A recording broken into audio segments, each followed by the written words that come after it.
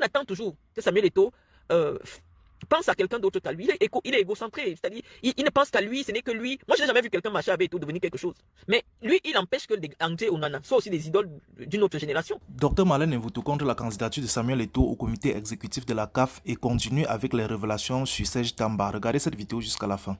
J'ai reçu un message de mon oncle, parce que j'ai un de mes oncles qui est venu me confirmer, inbox, que Serge Tamba est effectivement mon oncle maternel. C'est-à-dire que la grand-mère de Serge Tamba et ma grand-mère sont du même village. Et je me dis, bon, on m'a confirmé cela, donc je vais commencer à l'appeler mon oncle. C'est mon oncle maternel. Donc mon oncle maternel, Serge Tamba, m'avait écrit, à la suite d'une publication que j'avais faite sur Samuel Eto'o, où je répondais aux propos que j'avais trouvés très racistes du docteur Fridolin-Kay, qui pensait que Yannick Noah servait les intérêts coloniaux. C'est pour cela qu'il voulait obliger la FECAFOOT à continuer avec la marque Corps Sportif, et que Samuel Eto'o venait avec une marque nationale, il fallait soutenir. J'ai fait une publication dans laquelle justement j'ai évoqué le fait que personne ne peut considérer que aujourd'hui Yannick Noah sert des intérêts coloniaux, et donc on doit c'est-à-dire on doit l'humilier au Cameroun parce qu'il serait français mais de père camerounais. J'avais trouvé ça un peu raciste. Je vous avais déjà donné mes raisons, parce que moi-même je suis maman d'un enfant métis, et je me dis mais attends, donc demain si je ne suis plus là, les gens vont dire que mon enfant n'a aucun droit au Cameroun. Ça m'avait un peu choqué, donc j'ai fait une sortie dans laquelle j'exprimais le fait que Yannick Noah vit dans la propre maison de sa maison qu'il a construite à Yaoundé. Donc c'est un thème de Yaoundé, c'est un autochtone de Yaoundé. Contrairement à Samuel Eto'o, quand il vient à Yaoundé, il dort au Hilton. Cette publication a fait un tollé. Moi, je suis resté tranquille. Ça a été repris par les médias. Comme chaque fois que j'écris, tous les journaux en ligne ont repris et tout. Et j'étais dans mon coin, j'étais tranquille. Je crois que j'étais toujours au Cameroun. Ça fait un tollé. Oh, Malène Mvoutou dit que Samuel Eto'o n'a jamais construit Malène Mvoutou. C'est comme ça que mon oncle maternel, Serge Tamba, m'écrit. Il me dit, est-ce que c'est ton message, ça? J'avais même pas répondu d'abord. Il m'envoie, il me dit, merci de ton message, je vais faire grand écho. Ça signifie quoi? Ça signifie qu'il était tellement content que je soutienne Yannick Noah. Parce que vous devez comprendre que les communicants sont comme des avocats. En fonction de la personne qui les paye pour le moment, ils défendent leurs intérêts. C'est pour cela que je ne prends jamais personnellement les combats que j'ai avec des journalistes. C'est-à-dire parce que je considère qu'un journaliste, ou alors un communicant, en fonction de son client, c'est-à-dire la personne qui lui donne de l'argent, il peut avoir une attitude irrévérencieuse vis-à-vis de quelqu'un avec qui il est souvent en bon thème. Tamba et moi, on n'a jamais eu un antécédent. On n'a jamais eu un mot plus haut que l'autre. On a toujours eu une relation très cordiale. Moi, je ne savais même pas que c'est mon sang. Comme on dit souvent que le cri du sang est très fort. Je me suis toujours senti très proche de Tamba. Chaque fois que j'avais quelque chose, j'ai toujours tenu à ce que Tamba ait un petit gombo dans mon affaire. Je ne savais même pas que dans tout cela, le même sang qui coule dans mes veines. C'est-à-dire que moi, je ne peux pas sortir avec Tamba parce que c'est mon sang en fait. Je ne le savais pas jusqu'à ce qu'il y ait un oncle qui me confirme cela inbox, qu'effectivement, Tamba c'est ton oncle. C'est-à-dire que sa grand-mère à elle est partie se marier chez les Oyondo. Moi, j'ai vu un gars comme ça. J'adorais son éloquence, je me dis malgré le handicap, il se bat pour vivre. Je ne savais même pas que nous sommes parentés. C'est comme ça que j'ai commencé à l'attirer, à lui donner des marchés, à lui donner un peu d'argent. Je me suis toujours occupé de Tamba, sans savoir que c'est mon sang qui criait c'est mon sang qui me faisait savoir que ce gars porte le même ADN que toi. Je l'ai toujours aidé sans savoir. Je vous dis qu'il y a un jour que un oncle est venu me confirmer qu'effectivement, Tamba est donc Koulafende comme ma maman. Et non seulement de Koulafende, sa mère et sa grand-mère et ma grand-mère ont le même sang. Moi, je l'ai toujours aidé sans savoir que c'est le cri du sang qui me poussait, malgré le fait que j'étais emprisonné, que Tamba vienne me demander de l'argent et que je tienne à ce que, quitte à ce que moi je reste sans rien, je donne l'argent à Tamba parce que je voyais qu'il est handicapé. Je n'avais aucun problème avec Tamba. Tamba m'a écrit, il était content que j'allume Samuel Eto'o. Il faut que je vous explique. Parce que j'ai vu des gens venir dire, oui, mais à quel moment il dit qu'il te demande de clasher Samuel Eto'o. Moi, je ne parle pas avec les gens au téléphone. Tout le monde sait que je ne cause pas au téléphone. Et je ne suis jamais la première à contacter les gens. Tamba, quand il se présente, c'est parce que je n'ai même pas son numéro.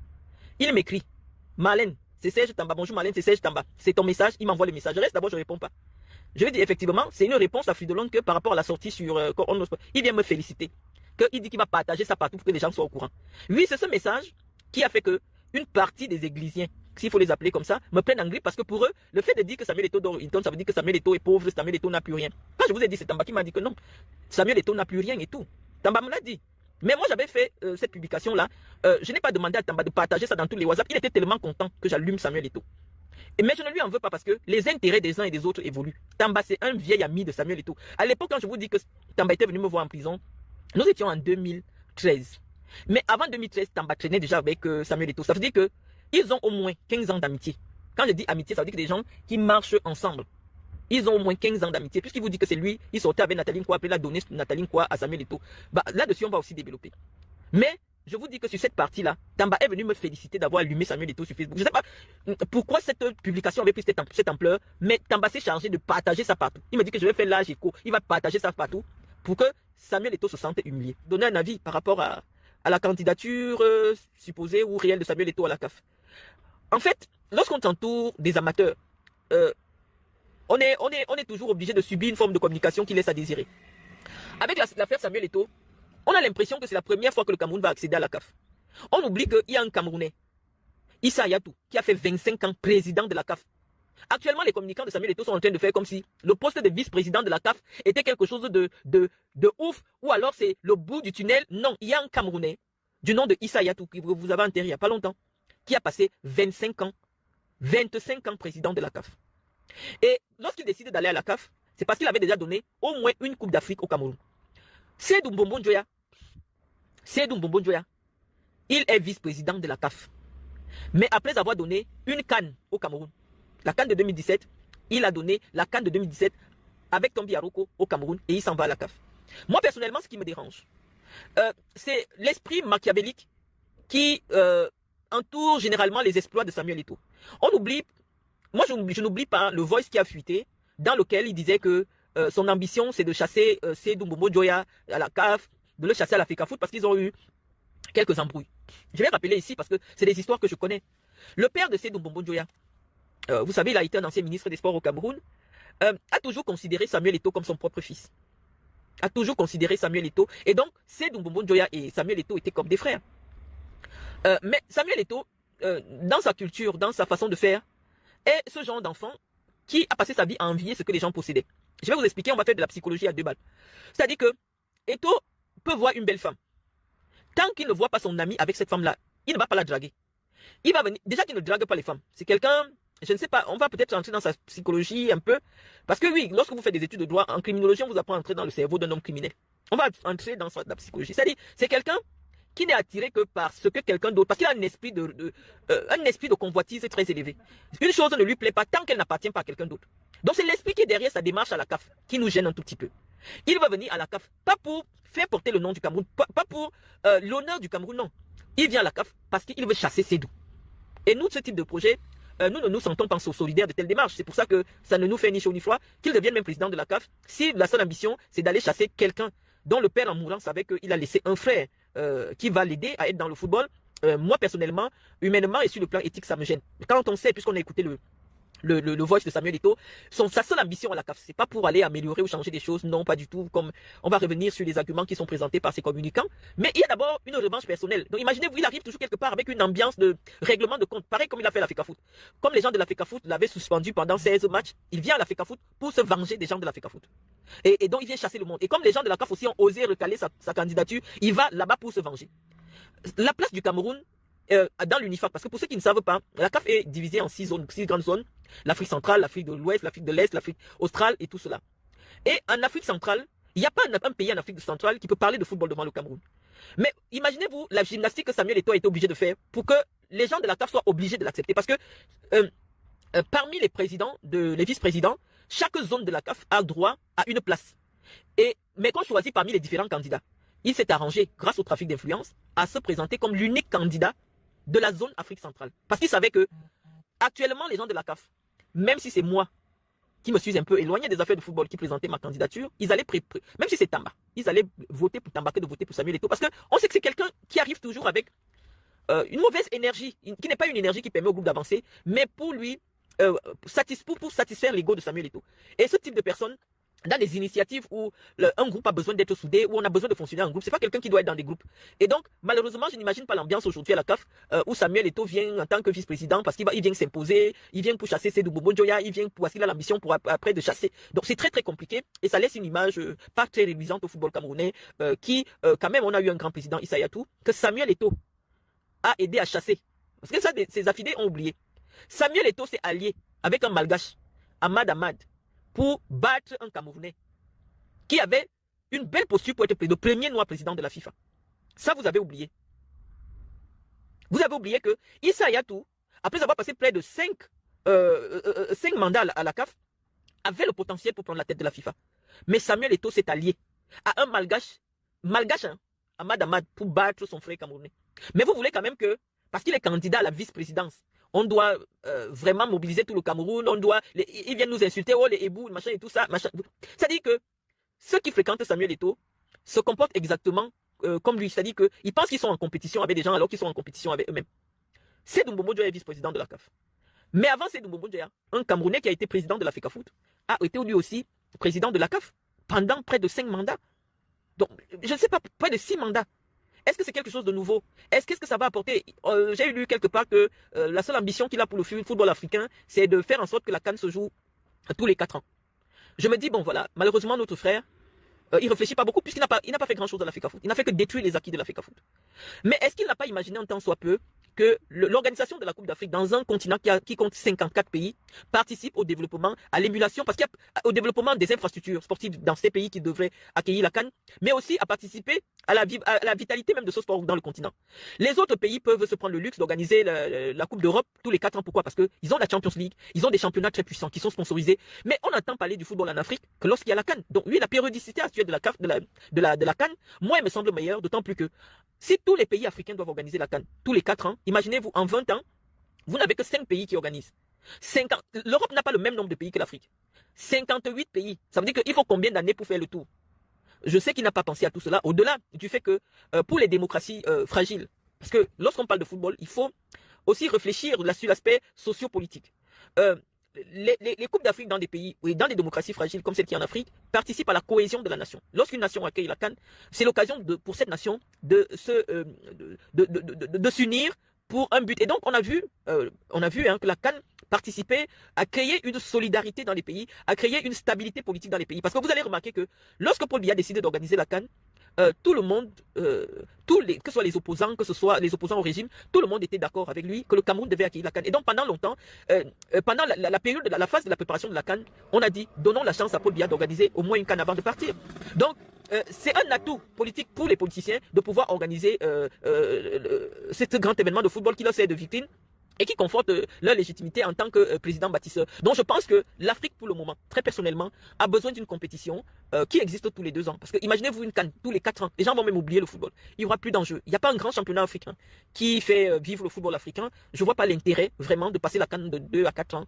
Je ne vois pas l'intérêt. Mais on nous fait comprendre que c'est l'ambition phare de Samuel Eto'o qu'il voudrait porter à la tête de la Confédération africaine de football. Mais lorsqu'on voit l'état dans lequel Samuel Eto'o a mis l'Africa Foot, très sincèrement, on n'a pas envie qu'il arrive à la tête de la CAF un jour. Parce que malheureusement, parce qu'il a oublié son histoire. Le football en Afrique, au-delà de l'aspect social, comme je vous ai dit, l'aspect politique, je l'ai évoqué tantôt, participe quand même à créer la paix en Afrique, la solidarité entre les peuples.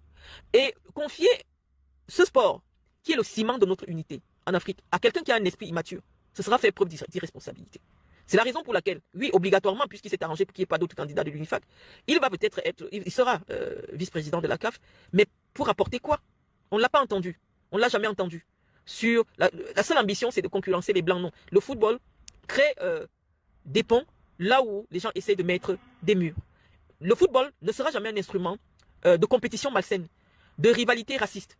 Le football restera et sera toujours un trait d'union entre un sport et notre culture, sera toujours une vitrine entre nos aspirations, pour nos aspirations les plus profondes. Donc, lorsque je vous ai dit cela, je vais peut-être lire vos commentaires parce que lorsqu'on est dans la réflexion, malheureusement, on ne peut pas vous lire au même moment. Donc, je vous ai dit ce que je pensais très exactement du projet quasi machiavélique de Samuel Eto'o. Je pense, à mon avis, que Samuel Eto'o a besoin d'un peu d'altruisme. À plus de 40 ans, on n'est plus un gamin. Et je pense que Samuel Eto'o aurait milité quand même à porter Écosséline, qui est une femme, malheureusement, oui, elle a ses limites, mais qui a passé beaucoup d'années dans le football, et à plus de 70 ans, elle devrait avoir une place honorifique à la CAF pour présider à la commission du football féminin africain. Je pense que Samuel Eto'o, étant jeune, pouvait permettre à Écosséline de monter à la CAF et de présider à la commission du football féminin. Je pense que ce serait ce serait une très belle image, surtout que nous sommes au mois de mars, donc nous défendons aussi nos acquis en tant que femmes. Je pense que Samuel Eto'o aurait eu l'intelligence de se mettre un peu en retrait puisqu'il a toute sa vie devant lui et de positionner une femme, hein, c'est quand même la première femme du Cameroun à être première vice-présidente de l'Africa Foot, de la positionner pour qu'elle puisse entrer au comité exécutif de la CAF et de prendre la tête de la commission du football féminin africain. Je pense que ça aurait été bien et on aurait applaudi, hein, parce que on attend toujours que Samuel Eto'o pense à quelqu'un d'autre qu'à lui. Il est égocentré, c'est-à-dire il ne pense qu'à lui, ce n'est que lui. Moi, je n'ai jamais vu quelqu'un marcher avec Eto'o devenir quelque chose. J'ai jamais vu un ami d'Eto'o, pendant qu'il marche avec Eto'o, lui aussi construire un immeuble. Je n'ai jamais vu. C'est-à-dire il s'arrange toujours à ce que tout le monde soit en bas de lui et qu'il soit le seul à briller. Mais dans la vie, nous devons éviter d'être des manguiers. C'est-à-dire c'est le manguier qui pousse et ne veut pas qu'une autre herbe pousse à côté de lui. C'est-à-dire que humainement, en tant qu'humains, nous devons former une chaîne d'union. C'est-à-dire nous devons nous soutenir, nous devons nous être solidaires. Lorsque quelqu'un est égoïste, il est égocentrique, ce n'est que lui, c'est-à-dire partout où il passe. On ne parle même plus des lions indomptables. Ce n'est que de Samuel Eto'o. Toutes les pages qui doivent faire la promotion du football camerounais ont mis le football camerounais de côté, ont dressé les joueurs camerounais les uns contre les autres, insultent d'autres joueurs camerounais qui sont en compétition. Parce que lorsqu'on fragilise l'image d'André Onana, qui devait être un cadre de l'équipe nationale aujourd'hui, dont l'image devait permettre peut-être au football camerounais de rester au top, il s'arrange à financer des pages, qu'il fragilise l'image d'Onana. On voit des Camerounais qui prient pour qu'Onana perde des matchs. Vous comprenez que son esprit est malsain. Je sais pas, c'est pas quelque chose de positif, mais tout le monde ne peut pas travailler à la gloire d'une seule personne. C'est-à-dire que même Biya, qui est président, il s'arrange à ce qu'il y ait des gens comme Ayan Luc qui existent, il y a des gens comme Kaba Yege qui existent, depuis des années sont là, les Laurent Esso qui existent. Autour de Samuel Eto'o, il n'y a personne. Déjà, il change ses proches comme on change des mouchoirs après usage. Oui, toi je te veux plus, toi je te prends, toi je te veux plus, toi je te prends. Et c'est pour ça qu'il ne soit pas surpris quand je lui mange le tobassi, parce que oui, un individu qui ne dit pas que bon voilà, je suis au niveau 10, je vais quand même permettre aux gens qui sont autour de moi d'arriver au niveau 5. Moi, je trouve que c'est pas intéressant. Je ne peux pas jurer sur ce qui se passe sur Eto'o, parce que je disais à quelqu'un dernièrement que Samuel Eto'o fait beaucoup de bien à Paul Biya. Parce que lorsque tout le monde insulte Samuel Eto'o, les gens s'empêchent de voir l'état du président Biya. Donc, je ne sais pas pourquoi on pense que Samuel Eto'o est lâché par ses parents. Je ne sais pas. Moi, je pense que s'il m'avait été donné s'il m'avait été donné l'opportunité de m'exprimer sur cette question, je pense que le régime Biya a beaucoup plus besoin de Samuel Eto'o que Samuel Eto'o a besoin du régime. Moi, c'est mon avis. Parce que lorsque nous sommes sur Internet, à parler de Samuel Eto'o, à tirer sur les manquements de Samuel Eto'o, on oublie qu'il y a quelqu'un qui a 92 ans, c'est-à-dire qu'un ancêtre, qui a décidé que lui là, la présidence du Cameroun, c'est son bien personnel, c'est sa maison de retraite, il vit là-bas, il dort, il s'en fout de vous. On ne parle pas de ça. Ce qui nous mobilise, c'est de savoir que demain, Eto'o va passer à la candidature, c'est de savoir si ou c'est de savoir ça. Donc, je suis en train de vous dire qu'il y a des gens, malheureusement, qui sont dotés d'une énergie, ça leur permet de monter, hein, mais ça laisse trop de désastres. La famille du football est séparée. C'est vraiment. Il sait que l'Africa Foot, ça va pas être possible. Quand je vois comme des gars comme le président de Popo, je vous ai dit, je vous ai dit plein de choses. Hein. Je vous ai dit que quand Samuel arrive, il n'a pas l'argent. Quand vous voyez le président de Popo parler de Samuel, comme c'est votre star, mais moi je le vois petit comme ça, parce que Samuel est arrivé devant lui, c'est sûr qu'il a donné l'argent à Samuel. Sur quelle base le président, on l'appelle c'est qui Kwen, peut dire qu'il voit Eto'o petit comme ça, qu'Eto'o quand il est devant lui, il est petit. Parce qu'à un moment donné, c'est lui qui a financé les activités d'Eto'o. Donc quand les gens qui t'ont aidé, les gens qui t'ont donné de l'argent, sont insatisfaits ou alors il ne peut plus passer à l'Africa Foot. Donc il a intérêt, comme disait tantôt, à partir à la CAF, puisque c'est un acquis. Mais moi, je pense que à l'Africa Foot, pour faire durer l'imposture de Biya, parce que Biya veut reprendre le pouvoir. Si Eto'o n'est plus à l'Africa Foot, on va se concentrer sur ce que Paul Biya fait. Et ça va être très grave. Donc moi, je ne sais pas si c'est bien réfléchi. Oui, Eto'o, il a détourné l'argent, malheureusement. J'espère qu'on va quand même lui permettre de partir à la CAF, parce que ce n'est pas parce qu'il part à la CAF il ne viendra pas répondre du détournement des milliards qu'on cherche de la CAN. Le Cameroun est un pays très compliqué. Donc, on ne peut que lui souhaiter du bien et on donne notre avis sur la question. À savoir que ce gars est un ouragan. Oui, l'ouragan vient avec beaucoup de force, mais ça détruit tout au passage. Si tu es jalouse de Samuel Eto'o, quelle méchanceté. Non, c'est pas possible. Non, je suis pas jalouse de lui. On jalouse quelqu'un dont on sait qu'on a peut-être les mêmes capacités, le même profil. Non, j'ai pas le profil de Samuel Eto'o et je ne serais pas jalouse de lui. Samuel Eto'o a atteint les sommets dans le football et je pense que ce n'est qu'une suite logique. C'est-à-dire, on a vu, il n'est pas le premier à faire ce qu'il a fait. Platini a joué au football, Platini a été à la tête de l'UEFA, mais on a bien vu que les affaires ont rattrapé Platini et il a été obligé d'abandonner son poste à l'UEFA. Donc, lorsqu'on vient raisonner avec des gens qui ont pour moteur l'instinct, c'est très compliqué. Vous allez seulement voir la jalousie, l'aigreur. Non, pas du tout. Lorsque vous venez m'écouter, c'est parce que vous voulez entendre la raison. Vous ne voulez pas, non, c'est pas l'instinct qui parle ici. On a vu Platini arriver à la tête de l'UEFA. On a vu même Sepp Blatter, président de la FIFA, qui a été débarqué à cause des affaires. Donc, rien ne vous garantit, lorsqu'il y a des affaires qui vous suivent, même si vous êtes déjà à la FIFA là-bas, on vient vous enlever de là. Sepp Blatter, c'est une affaire de corruption avec le Qatar et tout ça qui a fait partie de Sepp Blatter. On a vu le FBI venir le FBI venir faire des enquêtes au sein de la FIFA. C'était une grande première. Donc je vous assure que rien n'est garanti, voilà, ce n'est pas nouveau. C'est la place que notre pays doit avoir dans le football. Ce n'est pas la place de Samuel Eto'o, mais c'est la place qui revient de droit à une nation qui a permis à l'Afrique d'avoir 5 places à la Coupe du Monde. Notre pays est le pays qui a permis à l'Afrique d'avoir 5 places à la Coupe du Monde. Et donc n'importe quel représentant du Cameroun a le droit de présider à la destinée de la CAF. Parce que notre pays a porté cette confédération au plus haut niveau. Premièrement avec un de nos concitoyens qui a été président de la CAF pendant plus de 25 ans. Je pense le meilleur président que la CAF n'ait jamais connu. Nous avons une équipe nationale qui a 5 coupes d'Afrique. Je crois qu'il a qui a été la première à accéder au quart de finale d'une Coupe du Monde. Et qui a permis à l'Afrique d'avoir 5 places. Ce n'est pas n'importe quel pays. Donc Samuel Eto'o vient seulement jouir du travail que ses prédécesseurs, c'est-à-dire de notre riche histoire footballistique. Et ceux qui ont écrit cette histoire sont humbles. Et c'est pour cela que nous lui demandons de s'inspirer d'un garçon d'un papa comme Roger Mila. C'est grâce à Roger Mila que le Cameroun accède au quart de finale qui va permettre à l'Afrique d'avoir 5 places à la Coupe du Monde. Mais Roger Mila est d'une humilité légendaire. Mais ce sont eux qui ont écrit l'histoire du football camerounais. Samuel Eto'o a joué pour les Blancs. On ne lui connaît pas. Lui, il a joué un peu en Europe, on l'a vu. Il a gagné beaucoup d'argent, c'est pour lui et pour la famille. Mais le football camerounais, c'est les Thomas Nkono. Le football camerounais, c'est les Roger Mila. C'est eux qui ont écrit en lettres d'or l'histoire du football camerounais au Panthéon en Afrique. Donc, et ces personnes sont humbles, pas parce qu'elles ne peuvent pas faire ce que Samuel Eto'o fait, c'est parce qu'elles estiment simplement que à chaque époque, son idole. Eto'o a été l'idole, notre idole, nous qui regardions le football dans les années 2000 à 2015, 2020. Mais lui, il empêche que les André Onana soient aussi des idoles d'une autre génération.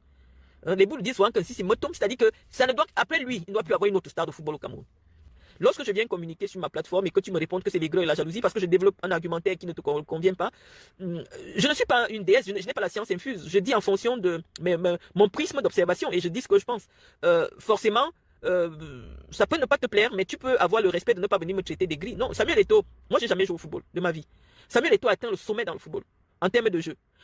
Moi je n'ai jamais gagné 1 milliard par mois. Samuel Eto'o a gagné 1 milliard par mois. Si ce n'est pas la maladie mentale, à partir de quel moment moi je m'assois et je dis que je vais le jalouser? Je vais jalouser quoi sur un homme? Moi je suis une femme. Je vais jalouser quoi sur lui? Je ne l'aurais jamais rencontré. J'avais dit, oh vraiment, qui fait? J'ai aussi une photo avec Samuel Eto'o.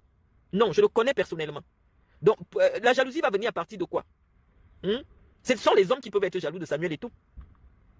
Moi je vais jalouser Samuel Eto'o, pourquoi? Je n'aime pas ce qu'il fait, je n'aime pas ce qu'il est, mais en tant que personne, il a des qualités humaines que j'ai souvent relevées ici. Mais je dis, il y a certaines choses qu'il fait qui relèvent de la psychologie. Je pense qu'à un moment donné, Samuel Eto'o aura besoin de prendre un rendez-vous chez un psychiatre pour qu'on essaie de lui expliquer ou alors de mettre des mots à ces mots qui le dérangent. Une femme ne lui plaît pas tant qu'il n'a pas vu la femme là avec son ami. Non, il ne peut pas aimer une femme si la femme n'est pas avec son ami. Il ne peut pas aimer quelque chose s'il ne voit pas son ami avec la chose. Pour faire un petit Congo ça, lorsque la mère de son enfant, Étienne m'avait appelé, elle m'a dit, Georgette Eto'o, qui est son épouse, était la copine de Sonor. Donc, quand on amenait souvent Georgette Eto'o chez eux, parce qu'ils habitaient à deux, elle était la copine de Sonor. Donc, comprenez. Et il a pris la copine de Sonor, il en a fait son épouse. Donc, c'est un monsieur qui fonctionne comme ça. Donc, Madame Pineda me dit qu'elle savait que Georgette, c'est pour ça qu'elle accueillait Georgette chez elle. Elle voyait bien Georgette aller passer la nuit avec Sonor. Mais elle n'a pas compris comment, subitement, elle qui était la légitime, on lui demande de devenir Chiza. Donc, voilà, on peut dire des choses pour essayer d'expliquer un peu le comportement de la personne. Parce que ça n'a pas de sens.